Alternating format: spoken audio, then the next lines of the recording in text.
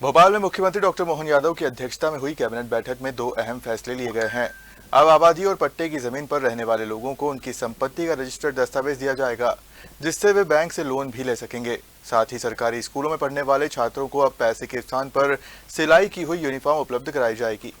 Cabinet बैठक के बाद एमएसएमई मंत्री चैतन्य कश्यप ने निर्णयों की जानकारी देते हुए बताया कि प्रदेश में स्वामित्व योजना के तहत सैटेलाइट सर्वे पहले ही पूरा किया जा चुका है, जिसमें आबादी क्षेत्रों की संपत्तियों की पहचान की गई थी। इसके बाद लोगों को स्वामित्व पत्र दिए गए थे, लेकिन बैंक लोन लेने में आ रही दिक्कतों को देखते हुए अब सरकार ने बड़ा निर्णय लिया है। नई व्यवस्था के तहत आबादी और पट्टे की जमीन पर रहने वाले लोगों को अब रजिस्टर्ड दस्तावेज उपलब्ध कराए जाएंगे। ये रजिस्ट्री सरकार द्वारा कराई जाएगी, जिसका पूरा खर्च भी सरकार वहन करेगी। रजिस्ट्री के बाद नागरिक अपनी संपत्ति के आधार पर आसानी से बैंक से लोन प्राप्त कर सकेंगे। कैबिनेट ने एक और महत्वपूर्ण निर्णय लेते हुए सरकारी स्कूलों में छात्रों को यूनिफॉर्म के लिए राशि देने के बजाय अब तैयार सिलाई की हुई यूनिफॉर्म उपलब्ध कराने का फैसला किया है, जिससे विद्यार्थियों को सीधे लाभ मिलेगा और व्यवस्था अधिक पारदर्शी होगी। आज माननीय मुख्यमंत्री डॉक्टर मोहन यादव जी के अध्यक्षता में कैबिनेट की बैठक संपन्न हुई है। इसमें मुख्यमंत्री जी के द्वारा कुछ महत्वपूर्ण जानकारियां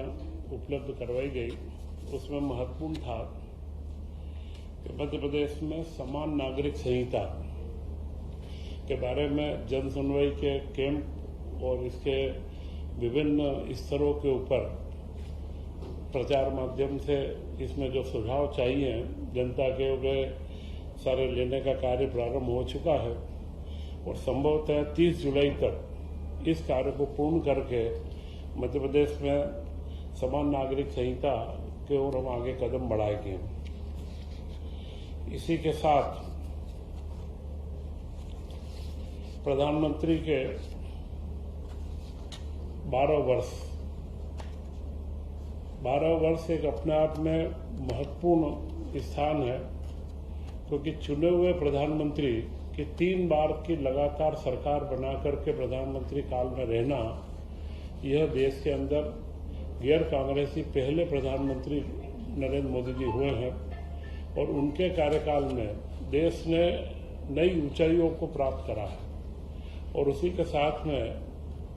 जो गरीब कल्याण सबसे बड़ा मुद्दा होता है, उसमें गरीबी रेखा के स्तर में भारी गिरावट भारत के अंदर आई है। विकास के कई मॉडल्स, विकास के गाथा, भारत की गौरव गाथा, भारत का राजनीतिक प्रभाव बढ़ना, ये सारी बातें अलग है, परंतु जो गरीब कल्याण, आम जन हिताय के जितने कार्य इस 12 साल के अंदर प्रधानमंत्री ने करे हैं, मेरे ख्याल से पिछले 75 सालों के अंदर देश में नहीं हो पाए हैं। ऐसे कई इसमें कार्यक्रम हैं जो अगले समय में 5 तारीख से लेकर के 21 तारीख तक हम लोग भारतीय जनता पार्टी व सरकार के माध्यम से भी कई संकल्पों के साथ में सेवा अभियानों को हम एक गति देंगे, जिससे आम जन को लाभ भी मिले और नरेंद्र मोदी सरकार की उपलब्धियां भी मालूम पड़े। इसी के साथ मध्य प्रदेश में एक किसान वर्ष हम मना रहे हैं और इस किसान वर्ष में इस वर्ष गेहूं का उपार्जन 1,04,00,000 टन के करीब हुआ है, जिसमें 13,42,000 से ज़्यादा किसानों से गेहूं का उपार्जन किया गया है, जो देश में प्रथम है। और मध्य प्रदेश में भी सर्वाधिक हुआ है। पिछले वर्ष 78 लाख टन का इसका टारगेट रखा था, उसकी जगह पर 104 लाख टन, 1,04,00,000 टन का उपार्जन किया गया है और करीब 25,000 करोड़ की राशि का भुगतान भी किया जा चुका है। यह एक व्यवस्थित मैनेजमेंट या प्रबंध का एक अच्छा उदाहरण भी पेश हुआ है और इससे और खास करके लघु व सीमांत किसानों का सर्वाधिक उपार्जन इस बार सुनिश्चित हुआ है। गेहूं उपार्जन में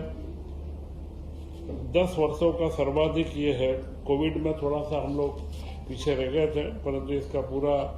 उपार्जन हुआ है। और पंजाब के बाद मध्य प्रदेश लघु व सीमांत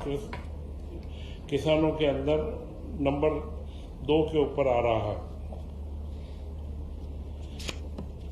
मूंग व उड़द का रजिस्ट्रेशन भी प्रारंभ कर दिया गया है और उसका सही समय पर उपार्जन प्रारंभ कर दिया जाएगा।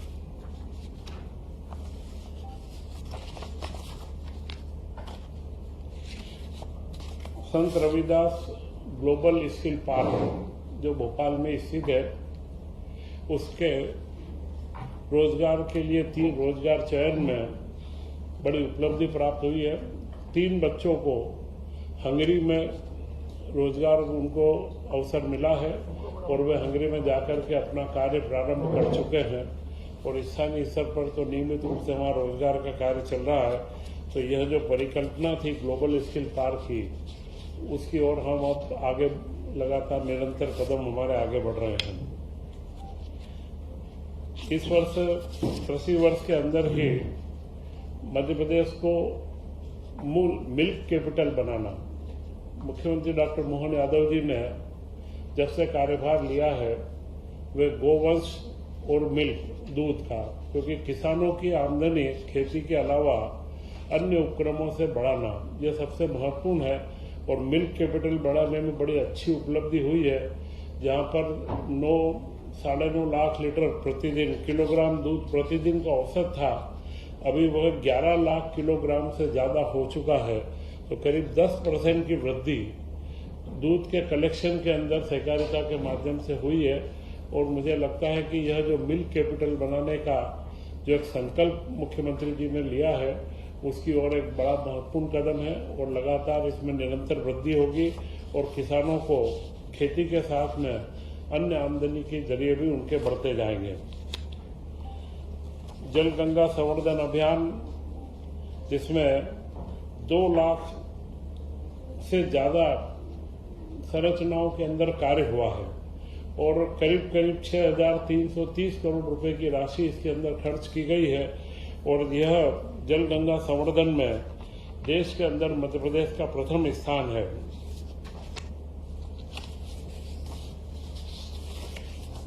एक महत्वपूर्ण मोबाइल ऐप को चालू किया गया है, गोरस मोबाइल ऐप, जिसमें पशुओं के आहार के संबंध में कोई भी जानकारी अगर चाहिए कि पशुओं का आहार कौन से समय पे कौन सा दिया जाए, तो इस मोबाइल ऐप के माध्यम से कोई भी पशुपालक अपने पशुओं के स्वास्थ्य के लिए व दूध की उत्पादन बढ़ाने के लिए इस ऐप के माध्यम से जानकारी ले सकता है। इसी के साथ में मुख्यमंत्री पिछले दिनों धार में सरस्वती लोक के भोजशाला का जाकर के वहां उन्होंने दर्शन भी करा और वहां पर सरस्वती लोक बनाने का पूरा संकल्प उन्होंने घोषित किया है और अब वहां पर लगातार देश विदेश के पर्यटकों का आना काफी बड़ी संख्या में प्रारंभ हुआ है। तो मुझे लगता है कि सरस्वती के प्रति व हमारी शिक्षा व्यवस्था का भी एक बड़ा महत्वपूर्ण जो भोजशाला का 1000 साल पुराना हमारा इतिहास है वह आगे बढ़ेगा और सरस्वती लोक बना करके जिस तरीके से महाकाल लोक में जो आज पर्यटकों की या दर्शनार्थियों की संख्या बढ़ी है, उसी अनुसार सरस्वती लोक में भी लगातार इसमें वृद्धि होगी। प्रधानमंत्री जी की महत्वपूर्ण योजना पीएम सूर्य घर योजना, तो पीएम सूर्य घर योजना में अभी तक 40 लाख घरों पर रूफटॉप पैनल स्थापित हो चुके हैं। वो आगे भी हम इसमें लगातार 6 लाख घरों तक में जाने के प्रयास के अंदर थे, पर यह योजना एक महत्वपूर्ण योजना है जो लगातार आगे बढ़ रही है। और इसी के साथ ये सारी सामान्य जानकारियां थी। कैबिनेट ने आज एक बड़ा महत्वपूर्ण निर्णय लिया है और वह निर्णय है जो केंद्र सरकार की स्वामित्व अधिकार की योजना थी, जिसमें पूरे गांव-गांव के अंदर ड्रोन से व सैटेलाइट के माध्यम से इमेजरी लगाया गया। इसके बाद में उनके पट्टे अधिकार पत्र बनाए गए, क्योंकि ग्रामीण क्षेत्रों में जो आबादी क्षेत्र घोषित कर दिए जाते थे, उनमें बरसों से जो हमारे किसान भाई बहन हमारे रहते थे, उनके पास कोई पट्टा या ऐसी कोई अधिकृत उनके पास में दस्तावेज नहीं होते थे। तो उसका एक प्रधानमंत्री के द्वारा जो स्वामित्व योजना का चलन था वो मध्य प्रदेश के अंदर पूर्ण रूप से 55 जिलों में किया गया और उसमें करीब करीब 48,32,000 निजी संपत्तियां चिन्हित की गई, जिनके स्वामित्व प्रमाण पत्र भी तैयार हुए और 19 लाख से ऊपर शासकीय संपत्तियां उसमें चिन्हित हुई है। परंतु इसमें एक महत्वपूर्ण समस्या आ रही थी कि जो प्रमाण पत्र दिया जा रहा था वो बैंकों से लोन लेने में आम आदमी को उसमें तकलीफ थी, क्योंकि बैंक को लोन लेने के लिए जो बंधक में चीजें रखती है उसमें उनको रजिस्ट्रीकृत पंजीकृत दस्तावेज की आवश्यकता होती है। उसी के लिए मध्य प्रदेश सरकार ने उसमें निर्णय लिया है कि हम सारे 48 लाख ही जो लाभान्वित हमारे जो जिनको पट्टे प्राप्त जो रजिस्ट्रियां प्राप्त होनी है उनको हम रजिस्टर्ड दस्तावेज देंगे और उसका कोई भी भार उनके ऊपर नहीं आएगा। यह पूरा निःशुल्क रहेगा और इसमें पंजीयन शुल्क, पंचायत का उपकर व अन्य जो भी कर लगते हैं वे सारे के सारे राजस्व विभाग वहन करेगा। इसके ऊपर 3800 करोड़ से ज्यादा का खर्च राज्य सरकार पर आएगा, परंतु उसका हम बहुत जल्द कंप्यूटराइजेशन और प्रोग्रामिंग करके जो रजिस्ट्रीकृत व्यवस्था है और हर व्यक्ति को एक रजिस्ट्रीकृत दस्तावेज प्राप्त होगा, जिससे वो उसके ऊपर बैंक लोन लेने के अंदर उसको आराम रहेगा। यह मेरे ख्याल से पूरे देश के अंदर मध्य प्रदेश में जिस तरीके की हमारी योजना और तैयारी है, यह मध्य प्रदेश देश के अंदर सबसे पहला राज्य बनेगा जो रजिस्ट्रीकृत दस्तावेज उपलब्ध करवाएगा। आज इसी के साथ में कैबिनेट में मेडिकल कॉलेज की 3 योजनाओं की निरंतरता 17,000 करोड़ की 5 साल की निरंतरता की मंजूरी दी गई, जिसमें 1200 करोड़ के नवीन कॉलेजों का निर्माण है और जो पीजी की पोस्ट ग्रेजुएट की सीट्स निरंतर बढ़ती रहती है, बीच बीच में परमिशन आती है और उसके लिए भी उसमें प्रावधान किया गया है। और मेडिकल कॉलेज से जो संबंध हॉस्पिटल्स हैं उनको संचालन के लिए 14,365 करोड़ रुपए रखे गए हैं।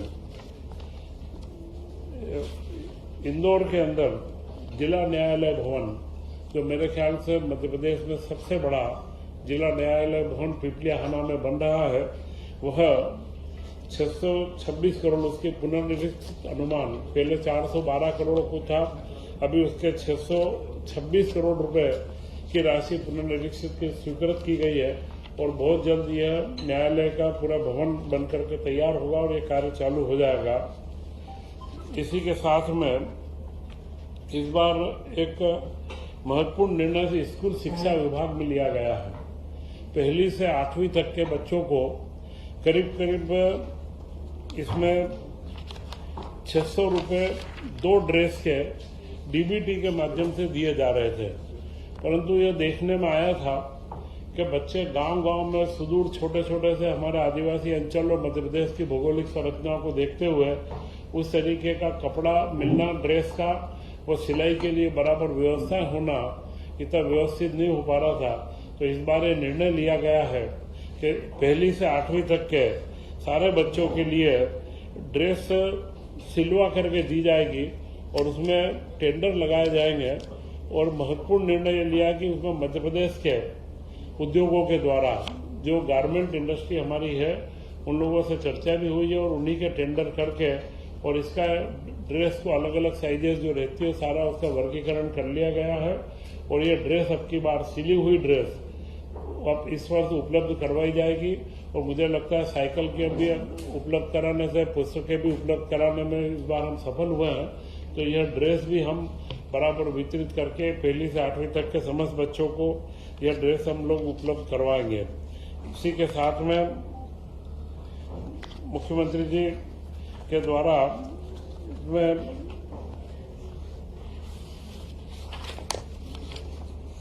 2 तन्वी और 2 पिक्चरों के अनुसमर्थन थे जो पूर्व में आई थी, उनको अनुसमर्थन का मामला था। ये सारे महत्वपूर्ण कार्य जिनके माध्यम से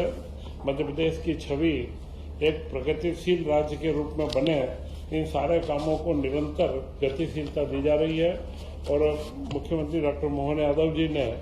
इसमें प्रधानमंत्री को जो शुभकामनाएं प्रेषित करी है कि जो विकसित भारत की परिकल्पना 2047 की